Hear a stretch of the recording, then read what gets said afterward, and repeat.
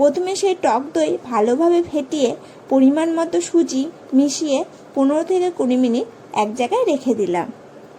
ঘরে থাকা গাজর আর ক্যাপসিকাম, পেঁয়াজ আর লঙ্কা ভালো করে কুচিয়ে নিলাম। তারপর একটা ফ্রাই প্যানে পরিমাণ মতো বাটার আর কিছুটা সরষা আর কিছুটা কারি পাতা ভালো করে ভেজে সেই মেখে রাখা টক দই আর সুজির মধ্যে দিয়ে দিলাম। সাথে কুচনো সবজি দিয়ে আর পরিমাণ মতো নুন, পরিমাণ মতো একটু চিনি দিয়ে ভালো করে মিশিয়ে নিলাম।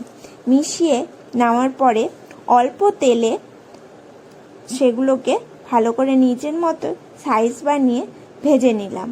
আর অল্প তেলে নিজের মতো সাইজ করে ভেজে তার নীলসোনাকে সস দিয়ে সেগুলো দিলাম। ছেলের তো ভারী পছন্দ হয়েছে সেগুলো খেয়ে। আর এই খাবারটা না হচ্ছে একটা সাউথ ইন্ডিয়ান খাবার, তো তোমরাও চাইলে বাড়িতে এটা তৈরি করতে পারবে।